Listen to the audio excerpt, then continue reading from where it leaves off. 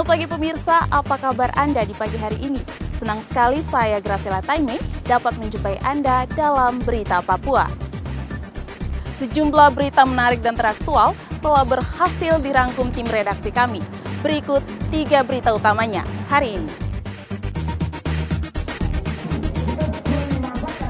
Kecewa tak ada calon asal suku asli Marin, puluhan warga Merauke ancam boikot pilkada serentak.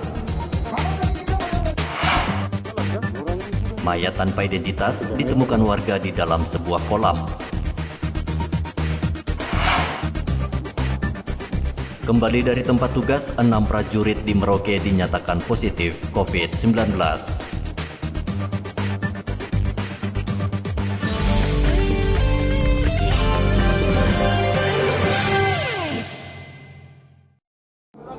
Begitu. Hari ini kita sengaja kurangi masa. Puluhan massa dari Solidaritas Kaum Intelektual Marin menggelar demo di kantor DPRD Merauke Rabu siang kemarin. Pengunjuk rasa menuntut DPRD dan Komisi Pemilihan Umum Merauke membatalkan tahapan pilkada serentak. Pengunjuk rasa kecewa karena tidak ada satupun calon bupati yang berasal dari suku asli Marin. Kepada ketua-ketua partai di tingkat daerah, tingkat provinsi, dan juga pusat Jakarta untuk segera merekomendasikan anak asli yang dari keturunan Bapak, keturunan lurus, yang DNA dari Bapak, supaya memberikan hak politik dan juga jangan dipolitisasi hak kesulungan kita orang asli Malin di atas tanah Malin ini. Lalu yang berikut, tanggal 4 sampai dengan tanggal 6 akan pendaftaran ke KPUD Kabupaten Merauke. Kami masyarakat Malin yang tergabung dalam Solidaritas Masyarakat Malin, kaum intelektual mahasiswa Malin di atas tanah ini dengan tegas dan mencekam tolak calon bupati yang non OAP di atas tanah Malin untuk tidak boleh tanggal 4 datangi kantor KPUD Kabupaten Merauke untuk mendaftarkan diri. Kalau tidak, kami akan boikot pemilu kada tanggal 9 Desember di selatan Papua tahun 2020. Jika tuntutannya tidak digubris, pendemo mengancam akan kembali dengan jumlah massa yang lebih banyak. KPUD Merauke akan membuka pendaftaran calon bupati dan wakil bupati pada 4 September mendatang. KPU mengaku pencalonan bupati dan wakil bupati adalah hak setiap warga negara dan dijamin di dalam undang-undang. Muhammad Ridwan melaporkan dari Merauke, Papua.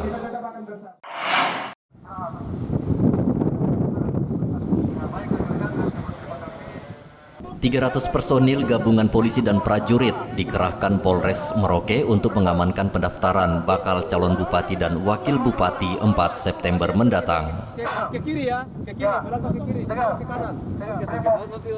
Seluruh pasangan calon yang akan mendaftar di kantor KPUD Merauke diminta tidak membawa massa. KPUD hanya menerima pasangan calon bersama istri yang bisa masuk ke kantor KPUD saat pendaftaran nanti. Kabak Ops Polres Merauke AKP Errol Sudrajat mengatakan polisi akan menindak tegas siapa saja yang menghambat proses pendaftaran bakal calon bupati 4 September mendatang. Untuk kegiatan pendaftaran calon atau bakal calon yang akan melaksanakan pendaftaran di KPU, mekanismenya KPU sudah mengatur. Kalau memang yang datang itu hanya bakal calon dengan ketua dan sekretaris dari partai pendukung, kami kepolisian sangat mendukung sekali. Kenapa? Kalau memang nanti datangnya membawa massa yang sangat banyak, dikhawatirkan muncul klaster-klaster baru. Karena sekarang kita masih dalam kondisi COVID-19. Jadi kita tetap menjaga jarak aman untuk kesehatan kita sendiri. Dan kita juga kepolisian sudah menyiapkan atau mengantisipasi apabila terjadi hal-hal yang tidak kita inginkan, dan kita mulai berlatih bersama, dan nantinya ke depan kita akan adakan latihan bersama dengan Brimob dalam rangka kesiapan menghadapi pilkada. Kabupaten Merauke masuk dalam 11 kabupaten di Papua yang akan menggelar pilkada serentak 9 Desember mendatang. Muhammad Ridwan melaporkan dari Merauke, Papua.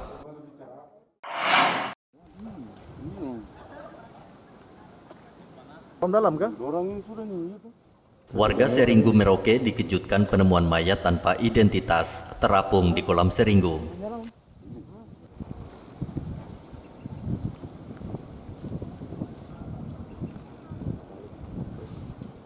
Warga mengaku kaget dan langsung melaporkan penemuan mayat itu ke kantor polisi. Berapa tadi, Bu? Jam setengah 12. Setengah 12. Iya. Waktu itu Ibu sedang apa? Saya mau datang mancing. Oh, gitu. Tapi saya belum di rumah, saya sudah lihat dia. Oh gitu, belum buang pancing ya? Iya. Memang tiap hari Ibu pancing di sini? Tidak juga. Tidak juga. Dalam posisi apa? Ibu di sebelah mana waktu pas lihat tadi? Di sebelah sini apa di sebelah sana? Sebelah sana. Sebelah sana. Iya, jalan ke situ. Gitu. Terus Ibu perhatikan memang Ibu mendekat tidak? Saya perhatikan itu, saya kira dia karung. Terus Ibu dekat lagi sama dia. Iya. Terus? Saya lihat begini, karung patung kah? Saya bilang, saya sendiri, patung kah? Patung besar, saya mau patung besar. Saya lihat dia rambu. Saya cium begini, semua bau, manusia. Gitu. Bos yang pemilik pemandian ini? Iya. Oh gitu. Kau lapor bagaimana? Bilang apa? Saya bilang ada orang di kolam sana. Bilang ada orang sedang sudah mati atau bagaimana? Tenggelam bagaimana? Saya bilang ada orang terapung di atas itu air sana. Oh, kau bilang itu sudah meninggal begitu? Iya. Polisi yang mendapat laporan langsung mendatangi lokasi penemuan mayat. Polisi menduga jenazah sempat dianiaya sebelum tewas karena terlihat sejumlah luka di tubuh korban. Ya, awalnya dari mana dapat informasi nih, Pak? Kita mendapat informasi dari laporan warga, sehingga kita bersama-sama dengan piket fungsi yang lain mendatangi TKP, kemudian kita berupaya untuk mengevakuasi korban sehingga bisa dibawa ke rumah sakit untuk ditindaklanjuti. Ini kira-kira seperti apa ini, Pak? Untuk motif sementara kita belum bisa memastikan ini motifnya seperti apa, namun dari beberapa kondisi tubuh ya? Kondisi tubuh yang tadi kita lihat ada beberapa luka di bagian leher. Untuk mengetahui penyebab pasti kematian korban, polisi mengevakuasi jenazah ke RSUD Merauke dan langsung diotopsi. Muhammad Ridwan melaporkan dari Merauke, Papua.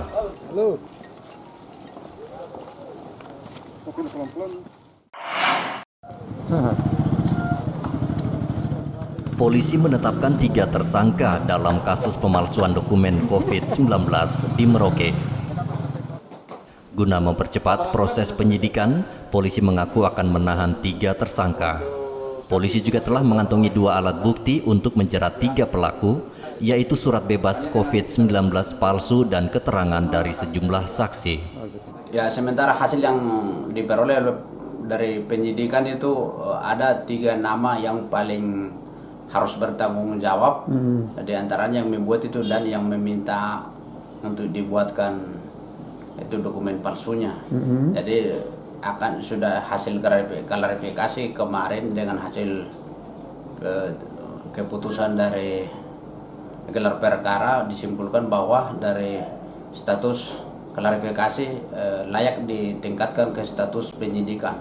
Di dalam rencana penyidikan ini nanti rencana yang bertanggung jawab 3 orang yang akan dijadikan naik status ke tersangka. Tersangka ya, itu ya siapa saja itu Pak Kabak? Nanti namanya kita ambil saja. Artinya pemilik apa bukan pekerja? pemilik, tapi yang membuat dengan yang pemesan. Pemesan, berarti sopir itu ya Pak Kabak? Ya, diantaranya begitu. Nah, apakah nanti setelah mereka jadikan tersangka langsung ditahan atau bagaimana Pak KBO? Tidak menutup kemungkinan jika bila mana dipandang tidak kooperatif atau mungkin dipandang akan menghilangkan barang bukti, ya tidak menutup kemungkinan kami akan melakukan penahanan supaya mempercepat proses penyidikan. Kasus pemalsuan dokumen COVID-19 terjadi 2 pekan lalu. Polisi menemukan 2 sopir truk lintas daerah membawa surat tanpa disertai cap basah. Setelah dicek, surat bebas COVID-19 dicetak di salah satu tempat fotokopi di Merauke. Warga dihimbau mengurus surat bebas COVID-19 dan surat izin keluar masuk daerah di posko Satgas COVID-19 Merauke dan tidak tergiur dengan tawaran oknum pembuat surat palsu. Muhammad Ridwan melaporkan dari Merauke, Papua.